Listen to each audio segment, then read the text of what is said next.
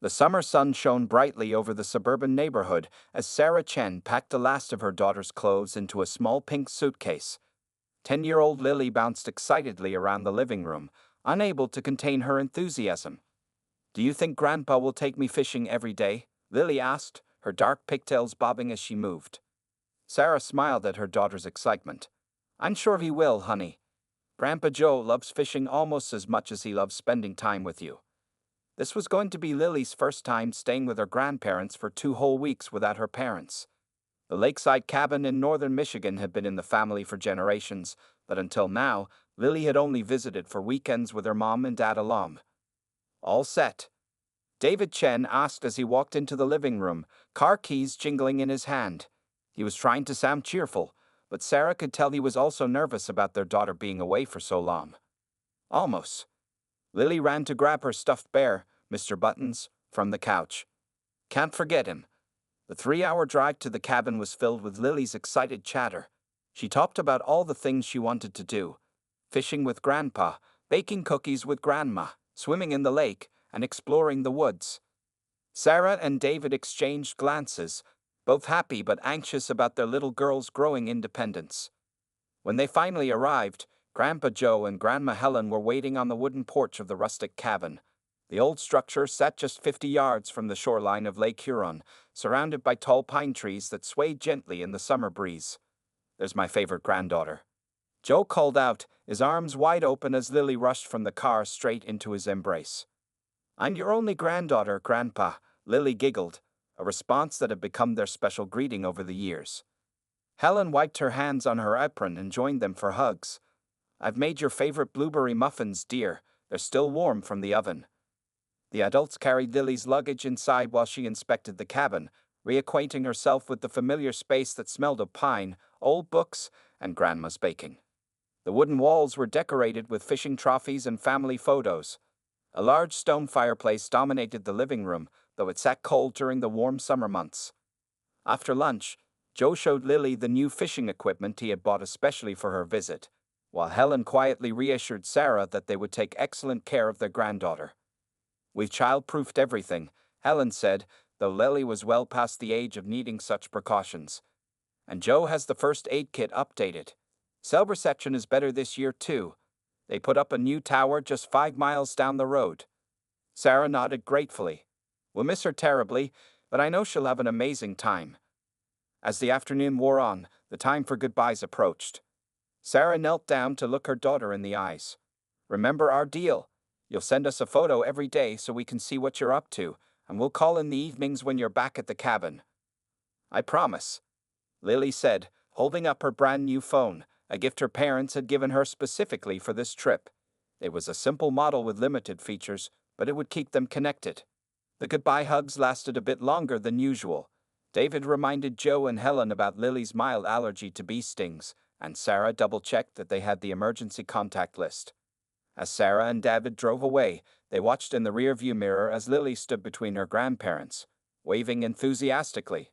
Neither parent could have imagined that a simple vacation photo would soon turn their world upside down. The first day without Lily felt strange for Sarah and David. Their home seemed unusually quiet without their daughter's endless chatter and laughter. Sarah checked her phone every few minutes, even though she knew Lily would be busy exploring with her grandparents. "She's fine," David reassured his wife as they ate dinner at their suddenly too large dining table. "Your parents raised you, and you turned out pretty good." He winked, trying to lighten the mood. Just as Sarah was about to respond, her phone buzzed. She grabbed it so quickly she nearly knocked over her water glass. "It's from Lily," she exclaimed, opening the message. The photo showed Lily standing on the small wooden dock, holding up a decent-sized fish, her smile wider than the lake behind her. The message read, "First catch with Grandpa. It's a bass." Sarah felt her shoulders relax as she showed the picture to David. She looked so happy. That evening at 7:30, right on schedule, Lily called. She spoke rapidly, her words tumbling out as she described her day fishing, how Grandpa had taught her to bait her own hook, and how Grandma had cooked their catch for dinner. "And tomorrow we're going to build a birdhouse," Lily announced. "Grandpa bought all the wood pieces already." After talking for 15 minutes, Lily said goodnight with promises of more photos tomorrow. Sarah set down her phone with a smile. Maybe this separation wasn't going to be as difficult as she had feared. The next morning, a new photo arrived. This time, Lily was covered in flour, standing next to Helen in the cabin's small kitchen. They were making pie crust from scratch, something Sarah had never had the patience to teach her daughter. Learning family secrets, the caption read. The daily photos continued. Day 3 showed Lily proudly standing next to a slightly crooked but charming birdhouse painted bright blue. Day 4 was a picture of her swimming in the lake, her wet hair plastered to her head as she gave a thumbs up from the water. With each photo and each evening call, Sarah and David grew more comfortable with their daughter's independence. Lily was clearly having the time of her life, and her grandparents were keeping her safe while teaching her new skills. I think this was a good decision, David said on the evening of the 4th day. She's growing up, learning to be away from us. That's healthy. Sarah nodded, though a small part of her still ached to hug her daughter. I just miss her little face. Only 10 more days, David reminded her. And then she'll probably talk our ears off about every minute of her adventure.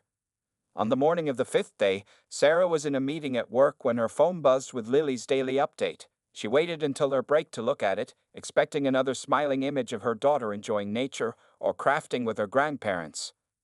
The photo appeared to be taken on the back deck of the cabin. Lily stood with her back to the forest, holding up what looked like a dream catcher made of twigs, yarn, and feathers. Made this with Grandma. It will catch bad dreams. The message read. Sarah smiled at her daughter's creation. Lily had always been creative, and it was nice to see her making something so traditional at the cabin. She was about to put her phone away when something in the background caught her eye. She zoomed in on the edge of the photo, where the forest met the cleared area around the cabin. At first, she thought it might be a shadow or a dark bush. But as the image became clearer, Sarah's hand began to shake. There, partially hidden among the trees but clearly visible, was something that didn't belong in the peaceful scene. Something that made Sarah's heart stop and her face drain of all color as the realization hit her. This wasn't just a cute vacation photo anymore. This was the beginning of something much more terrifying. Sarah's fingers trembled as she zoomed in further on the photo. There, partially hidden among the trees about 50 yards behind Lily, was the unmistakable shape of a black bear. It wasn't small either. Even from this distance, Sarah could tell it was a full-grown adult, its dark fur standing out against the lighter foliage. "Oh my God," she whispered, her voice barely audible in the quiet break room of her office. Her coworker Nancy looked up from her sandwich with concern. "Everything okay?" Nancy asked, setting down her lunch. Sarah couldn't answer. Her mind was racing with terrifying thoughts. Lily was outside with a wild bear nearby. Did her grandparents know? Was her little girl in danger right now? The photo had been sent 30 minutes ago. What had happened since then? "Sarah?" Nancy was standing now, moving toward her with concern. "You look like you've seen a ghost." "It's Lily," Sarah finally managed, turning the phone so Nancy could see. "There's a bear behind her in this picture." Nancy's eyes widened as she looked at the photo. "Are you sure that's a bear? It could be a shadow or—" "It's a bear," Sarah interrupted, her voice finding strength through her fear. "I need to call them right now." With shaking hands, she dialed her father-in-law's number. Each ring felt like an eternity. What if they were outside, unaware of the danger? What if they didn't hear the phone? What if? "Hello," Joe's cheerful voice finally answered. "Joe, is Lily inside? Is she safe?" Sarah's words came out in a panicked rush. There was a pause on the other end. "She's fine, Sarah. She's right here with Helen working on another craft project." "What's wrong?" "The picture she sent me this morning," Sarah explained, trying to keep her voice steady. "There's a bear in the background, Joe. A big black bear right at the edge of your property." Another pause, longer this time.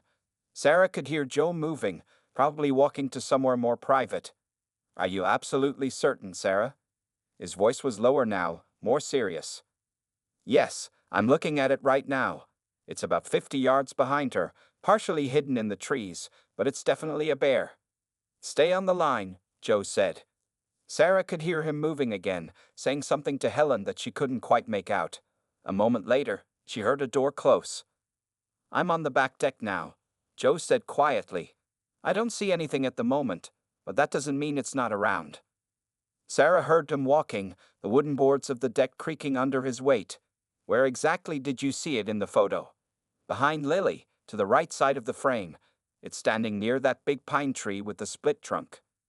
I see the area, Joe confirmed. Nothing there now, but his voice trailed off. But what? Sarah pressed, her heart pounding.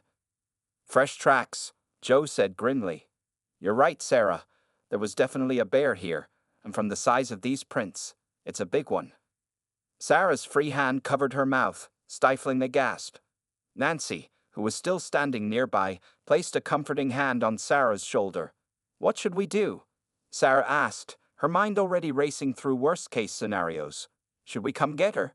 Should you bring her into town? Let me call Phil Bailey, Joe replied calmly. He's the wildlife officer for this area. I've known him for 20 years. Sarah remembered Phil from previous visits, a tall, bearded man who knew everything about the local wildlife. In the meantime, Joe continued, I'll make sure Lily stays inside. We've had bears around before, Sarah. They usually just pass through looking for food. Usually? Sarah repeated, latching onto the uncertainty in his statement. I'll call Phil right now, Joe said, not addressing her concern directly. And I'll call you back within 15 minutes.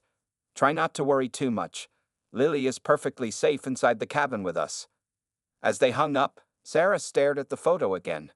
The bear seemed to be looking directly at the cabin, at her daughter. The creature that had seemed like a small dark shape in the background now appeared enormous and threatening as her imagination filled in the details. The longest 15 minutes of Sarah's life had just begun. Sarah couldn't focus on anything. Nancy had brought her a cup of water, but it sat untouched on the table. The 15 minutes stretched on like hours. She kept staring at the photo, examining every detail of the bear. When her phone finally rang, Sarah answered before the first ring finished. Joe, what did Phil say? Phil's on his way over, Joe replied, his voice steady and calm. He should be here in about 20 minutes. He thinks it's probably one of the bears from the North Ridge. There's a female with 2 cubs that's been spotted in the area recently. Sarah's blood ran cold. A mother bear? With cubs? That's even more dangerous, isn't it? Only if she feels threatened, Joe explained. And we're going to make sure that doesn't happen. Phil gave me clear instructions. We're keeping all food inside, securing the trash, and staying in the cabin until he arrives. How's Lily? Sarah asked, her mind turning to her daughter. Is she scared? Joe hesitated for a moment. We haven't told her yet. Helen has her busy making cookies in the kitchen. I didn't want to frighten her unnecessarily. Sarah understood the logic, but part of her wanted Lily to know the danger so she would be extra careful. David should know about this, Sarah said, thinking of her husband who was in a client meeting across town. I'll call him as soon as we hang up. Good idea, Joe agreed. But try to stay calm when you tell him. Phil assured me that bear encounters are common up here, and they rarely end badly if people are smart about it. After finishing the call with Joe, Sarah immediately dialed David. When he didn't answer, she texted him, Emergency about Lily. Call me ASAP. While waiting for David to call back, Sarah began researching bear encounters on her phone. The information was both reassuring and terrifying. Black bears rarely attacked humans, but when they did, it could be fatal. They were typically shy creatures that avoided people, but bears that associated human dwellings with food could become problematic. Her phone rang again. This time it was David. What's wrong with Lily? He asked, skipping any greeting, his voice tense. Sarah explained about the bear in the photo, Joe's confirmation of the tracks, and the wildlife officer who was on his way. David listened silently until she finished. I'm looking at the photo now, he said. Sarah had sent it to him while they were talking. That's definitely a bear. And it looks big. What should we do? Sarah asked, feeling slightly calmer now that she was sharing the burden of worry with her husband. David took a deep breath. Let's trust Joe for now. He knows that area, and he's got help coming. If Phil says they should evacuate, then we'll drive up there immediately to get Lily. Just as Sarah was about to respond, her phone beeped with an incoming call. It was Joe again. David, I need to take this. It's your dad calling back. Put it on speaker, David suggested. Sarah answered and activated the speakerphone. Joe, David's on the line too. Any news? Phil just got here, Joe reported. He's examining the tracks now. They could hear muffled voices in the background. Then Joe's voice became clearer again. He wants to talk to you both. There was a shuffling sound as the phone changed hands. This is Phil Bailey. A deep, authoritative voice came through the speaker. I understand you folks are concerned, and that's completely normal. But I want to give you some facts about the situation. Sarah and David waited anxiously as Phil cleared his throat. The bear in your daughter's photo is indeed an adult black bear, a male from the looks and size of the tracks. He's probably about 3 years old, recently separated from his mother and establishing his own territory. Is he dangerous? David asked directly. All wild animals can be dangerous, Phil replied honestly. But this particular bear was behaving normally in the photo. He was curious but keeping his distance. That's typical black bear behavior. They're naturally wary of humans. So what happens now? Sarah asked. I've set up a few trail cameras to monitor his movements, Phil explained. And I'm going to put some deterrents around the property perimeter. Specially treated cloths that smell bad to bears but aren't noticeable to humans from a distance. Phil's calm, methodical approach was reassuring, but Sarah still had one pressing question. Should Lily come home? Would that be safer? Phil was quiet for a moment before answering. In my professional opinion, Lily is perfectly safe at the cabin as long as everyone follows proper bear safety protocols. Joe and Helen know what to do. Cutting her trip short might not be necessary. Sarah and David exchanged looks across the phone line, a silent communication between worried parents. The discovery of the bear had changed everything. Now they had to decide what to do next. Sarah and David sat in their living room that evening, still processing the day's events. After speaking with Phil Bailey, they had agreed to let Lily stay at the cabin, with strict safety rules in place. Now they were waiting for their scheduled evening call with their daughter. Do you think we made the right choice? Sarah asked, glancing at the clock for the 10th time in 5 minutes. David ran his hand through his hair, a habit when he was stressed. I think so. Joe and Helen are being extra careful, and Phil seems to know what he's doing. But what if? The phone rang, interrupting Sarah's worries. It was a video call from Lily. They both took deep breaths before answering. Hi, Mom. Hi, Dad. Lily's cheerful face appeared on the screen. She was sitting at the kitchen table, her cheeks slightly flushed from what looked like excitement. Hi, sweetheart. Sarah managed to sound normal despite her anxiety. How was your day? It was amazing, Lily exclaimed, her eyes wide. Guess what? There's a bear near our cabin. Sarah and David exchanged shocked glances. So much for not telling Lily about the bear. Grandpa and a forest ranger man showed me the footprints. They were huge. Lily continued, holding her hands apart to show the size. And Mr. Bailey, he's the ranger. He let me help him set up a trail camera. He says we might get pictures of the bear if he comes back. Sarah felt her heart rate increasing. That sounds exciting, she said carefully. But bears can be dangerous. Lily, are you being careful? Super careful, Lily nodded seriously. We have all these rules now. No eating outside, no leaving trash where the bear can smell it. And I have to stay close to the cabin. Mr. Bailey gave me this whistle to wear. She proudly held up a bright orange whistle hanging from a cord around her neck. Joe's face appeared in the frame beside Lily. Hey there, he said to Sarah and David. I wanted to let you know that Phil gave us a complete safety briefing. We're following all protocol, and he's coming back tomorrow to check the cameras. Was Lily upset when you told her about the bear? David asked. Joe chuckled. Quite the opposite. I've never seen her so excited. Phil was great with her, educational but emphasizing safety. Helen joined them, placing her hands on Lily's shoulders. We're keeping her close, don't you worry. And Phil doesn't think the bear will return now that we put up the deterrents. Sarah wasn't entirely convinced. Lily, are you scared at all? It's okay if you want to come home early. Lily's expression turned serious. Mom, I'm learning so much. Mr. Bailey says black bears are actually shy, and they don't want to hurt people. They're just looking for food. She paused, then added, I'm being super safe, I promise. After they finished the call, Sarah turned to David. She seems fine. Happy, even. Kids are resilient, David replied. And Joe and Helen are taking this seriously. Plus, having a wildlife officer involved makes me feel better. Sarah nodded slowly. I still can't believe I spotted that bear in the photo. If I hadn't zoomed in. But you did, David reminded her. Your mom instincts kicked in. The phone rang again. This time it was Joe calling back without Lily present. I wanted to give you a more detailed update, he said once they answered. Phil confirmed this is a young male bear, probably passing through the area. The deterrents are in place, and we secured all possible food attractions. Is Lily really as calm as she seems? Sarah asked.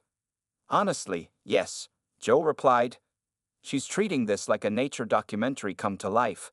Phil was impressed with her questions. What about tonight? David asked. Is it safe for her to sleep there? The cabin is completely secure, Joe assured them. Bears don't typically approach occupied buildings, especially with the deterrents in place. But if it makes you feel better, I'll be keeping watch tonight from the front room. I've got Phil on speed dial. After hanging up, Sarah and David sat in silence for a moment. I don't think I'll sleep much tonight, Sarah finally said. David reached for her hand. Me neither. But it sounds like they're doing everything right. Outside their window, the suburban night seemed suddenly too quiet, too ordinary, as they thought about their daughter's unexpected wilderness adventure. Morning sunlight streamed through the cabin windows as Joe gathered everyone in the living room. Phil Bailey had arrived early, wearing his forest green uniform and carrying several items in a large backpack. Lily sat cross-legged on the floor, watching with wide-eyed fascination as Phil spread a map of the area on the coffee table. Okay, folks, Phil began, his deep voice calm and authoritative. I checked the trail cameras this morning. Our bear friend did come back last night, but he stayed well beyond the perimeter where I placed the deterrents. Did you get pictures? Lily asked eagerly, bouncing slightly where she sat. Phil smiled and pulled out his tablet. I sure did. Would you like to see? He turned the screen toward them, showing a nighttime image of the black bear. In the infrared camera light, the bear's eyes glowed as it sniffed the air, standing at the edge of the forest about 100 yards from the cabin. He's beautiful, Lily whispered, inching closer to see better. He is, Phil agreed. He's also wild and unpredictable. That's why we need a clear safety plan for the next week while you're here. Helen nodded seriously. We'll do whatever you recommend, Phil. I've already talked to your parents this morning, Joe told Lily. They're worried, but they trust us to keep you safe. Lily looked up at her grandfather. Did Mom sound super scared? Joe chuckled. She's concerned, like any good mother would be, but she knows we're being careful. Phil pointed to different areas on the map. I've expanded the deterrent perimeter around the property. Bears have an incredible sense of smell, about 7 times stronger than a bloodhound's, so we need to be extra careful with food and trash. He reached into his backpack and pulled out a small canister. This is bear spray. It's like pepper spray but stronger and shoots farther. He handed it to Joe. Keep this with you whenever you're outside, even on the deck. Joe took the canister, examining it carefully before placing it on a high shelf. What about our fishing trips? Lily asked, suddenly concerned that her favorite activity might be cancelled. Phil considered this. The lake is generally safe because it's an open area where you can see clearly in all directions. But from now on, you should only go with both your grandparents, not just one, and always take the bear spray and a whistle. He turned to Lily. Do you remember the bear safety rules we talked about yesterday? Lily sat up straight, proud to show what she had learned. Never run from a bear because they'll chase you. Make yourself look big and make loud noises. Back away slowly if the bear isn't coming toward you. Use bear spray if it gets too close. Excellent, Phil nodded. And what should you do if a black bear actually attacks? Fight back, Lily said confidently. Don't play dead like with grizzly bears. Use sticks or rocks or anything you can find. Helen looked pale at this discussion, but Phil quickly added, but the chances of that happening are extremely small. Black bears rarely attack humans unless they feel threatened or cornered. He turned to Joe and Helen. The most important thing is awareness. No headphones when you're outside. Always make noise while walking so you don't surprise the bear. And keep food preparation inside. The smell of cooking can attract them from miles away. Phil stood up and walked to the window, looking out at the forest. I've also arranged for my colleague Mark to patrol this area more frequently. They'll drive by twice a day to check on things. Will the bear just go away on his own? Helen asked hopefully. Most likely, Phil replied. He's probably just passing through his territory. The deterrence should encourage him to avoid this area, especially once he realizes there's no easy food source here. Lily raised her hand as if she were in school. Mr. Bailey, can I help you check the cameras again tomorrow? Phil smiled at her enthusiasm. You know what? That would be great. We need good junior rangers who aren't afraid to learn about wildlife. As they finished reviewing the safety plan, Joe's phone rang. He glanced at the screen. It's Sarah and David. They want a video update. When he answered, Sarah's worried face appeared immediately. How's everything going? Is Lily okay? Instead of answering directly, Joe turned the phone toward the room where Phil was showing Lily how to properly secure the trash containers. Sarah's expression softened seeing her daughter so engaged and happy. Despite her continuing concerns, she was beginning to believe that maybe, just maybe, this unexpected wildlife encounter might turn into a valuable learning experience for her daughter after all. The next morning dawned clear and cool. Lily woke up earlier than usual, excited for Phil's promised return to check the trail cameras. She sat at the kitchen table, barely touching her breakfast as she kept glancing out the window. Eat your pancakes, dear, Helen encouraged. You'll need energy for today. I'm too excited, Lily replied, but took a bite anyway. Do you think the bear came back last night? Joe smiled at his granddaughter's enthusiasm. We'll find out soon enough. Phil said he'd be here by 9. Right on time, they heard the crunch of tires on the gravel driveway. Lily jumped up and ran to the window.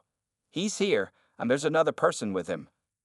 Phil's Forest Service truck had pulled up, and he was getting out along with a woman in the same green uniform. Lily rushed to the door but waited for her grandfather's permission before opening it. Good morning, Bailey family, Phil called out cheerfully. This is my colleague, Dr. Maria Reyes. She's a wildlife biologist who specializes in black bears. Dr. Reyes smiled warmly as she approached. She was tall with dark hair pulled back in a practical ponytail. Hello, everyone. Phil told me about your curious visitor and your even more curious granddaughter, she said, nodding at Lily. I thought I'd come see for myself.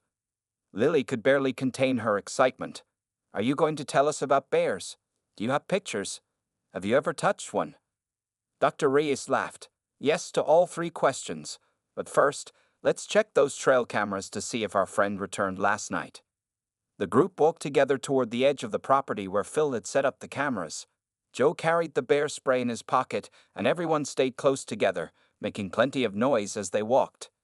This is good, Dr. Reyes commented, watching how the family moved as a unit. You're doing exactly what you should, staying together and making your presence known. When they reached the first camera, Phil carefully removed the memory card and inserted it into a small device with a screen. Everyone gathered around to look. Well, Phil said as images appeared. Look who came back. The night vision photos showed the same black bear, this time from a different angle. He was sniffing around the edge of the deterrent area but not crossing it. He's respecting the boundaries, Dr. Reyes explained. That's a good sign. He's learned that this area doesn't have easy food, and the deterrents make him uncomfortable. They checked 2 more cameras, finding similar results. The bear had circled the property but hadn't approached the cabin. As they walked back, Dr. Reyes began answering Lily's many questions. Black bears are omnivores, which means they eat both plants and animals, she explained. That about 85% of their diet is actually plant material, berries, nuts, fruits, and vegetation. So they don't hunt people? Lily asked. No, they don't see humans as prey, Dr. Reyes assured her. Most bear encounters happen because the bear is surprised or because it's looking for food. Back at the cabin, Dr. Reyes spread photographs across the table. Images of bears in various habitats, close-ups of their powerful paws, and even some of bear cubs. These animals play a vital role in our ecosystem, she told Lily. They spread seeds through their droppings, which helps new plants grow. They control insect populations by eating them and turning over logs. They're what we call an umbrella species. When we protect bears and their habitat, we end up protecting many other species too. Phil nodded. That's why we try to help humans and bears coexist. Sometimes that means teaching bears to avoid people, and sometimes it means teaching people how to safely share space with bears.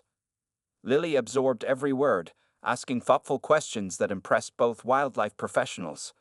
When Dr. Rees opened her laptop to show a video of bear cubs learning to climb trees, Lily sat mesmerized. You know, Dr. Rees said to Joe and Helen, I give presentations at schools about wildlife safety.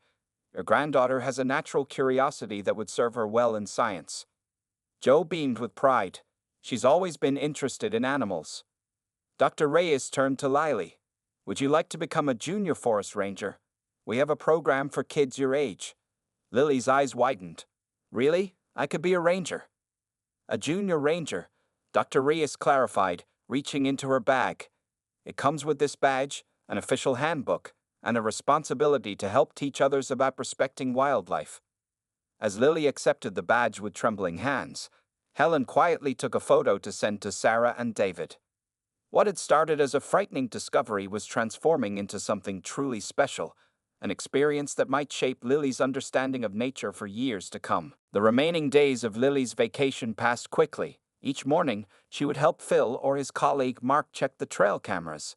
The bear appeared less frequently as the days went by, eventually disappearing entirely from the cameras by the 10th day of her stay. He's probably moved on to a different part of his territory, Phil explained as they reviewed the final set of images. Bears typically roam across large areas, especially young males like this one. Lily felt a strange mixture of relief and disappointment. She had never actually seen the bear in person, but she had come to think of him as her bear, a special connection to the wild that few of her school friends could claim. On her last evening at the cabin, Joe and Helen organized a small cookout on the deck, something they had avoided since discovering the bear. Phil had given them permission, confident that the animal had moved on. I can't believe you're leaving tomorrow, Helen said as she arranged plates on the outdoor table. This vacation certainly turned out different than we expected. It was the best vacation ever, Lily declared, helping her grandmother carry out the salad. Way better than just fishing and swimming. Joe chuckled as he flipped burgers on the grill. Most people wouldn't consider a bear sighting as a vacation highlight. But it was. Lily insisted. I learned so much, and I'm a junior ranger now. She proudly touched the badge that she had pinned to her jacket every day since receiving it. In her backpack was the handbook Dr. Rees had given her, now filled with notes and drawings Lily had added. As they ate dinner, watching the sunset over the lake, Joe raised his glass of lemonade. I'd like to make a toast, he announced. To Lily, our brave junior ranger, and to Sarah, whose sharp eyes probably kept us all safer. To Mom, Lily agreed, raising her own glass. She's like a superhero with zoom vision. After dinner, as the stars began to appear, Helen brought out a special surprise, a cake decorated with a simple bear design made of chocolate icing. Your mother called with the idea, Helen explained. She thought we should celebrate your wildlife adventure. Lily's eyes lit up. It's perfect. Later that evening, during their final video call of the vacation, Sarah and David could see the change in their daughter. She spoke with new confidence, using terms like habitat and conservation that hadn't been part of her vocabulary 2 weeks ago. We have something to show you, David said once Lily had finished describing her day. He held up a picture frame. What is it? Lily asked, trying to see better through the screen. Sarah turned the frame toward the camera. Inside was the original Selfie that had started it all, Lily with her dream catcher, and in the background, partially circled in red, the black bear watching from the forest edge. We thought you might want to hang this in your room, Sarah explained, to remember your special visitor. Lily gasped with delight. It's perfect. Can I put it next to my junior ranger certificate when I get home? Of course, David nodded. We're very proud of how brave you've been. Sarah leaned closer to the screen. Are you sure you're not scared to come home tomorrow? No bad dreams about bears? Lily shook her head confidently. Dr. Reyes said fear comes from not understanding. Now I understand bears better, so I'm not afraid. Joe placed his hand on Lily's shoulder. She's been teaching us old folks a thing or two about wildlife. You might not recognize your daughter when she gets home. She's practically a wilderness expert now. The next morning, as they packed the car for the journey home, Lily took one last look at the forest edge. Part of her hoped for a final glimpse of the bear, but the trees remained still and empty. Goodbye, bear, she whispered. Thank you for visiting. On the drive home, Lily fell asleep clutching her Junior Ranger badge. Sarah glanced back at her daughter from the front seat, marveling at how a moment of pure fear had transformed into something so positive. The selfie that had once made her blood run cold would now hang in Lily's room, a reminder that sometimes life's scariest moments can become its most valuable lessons.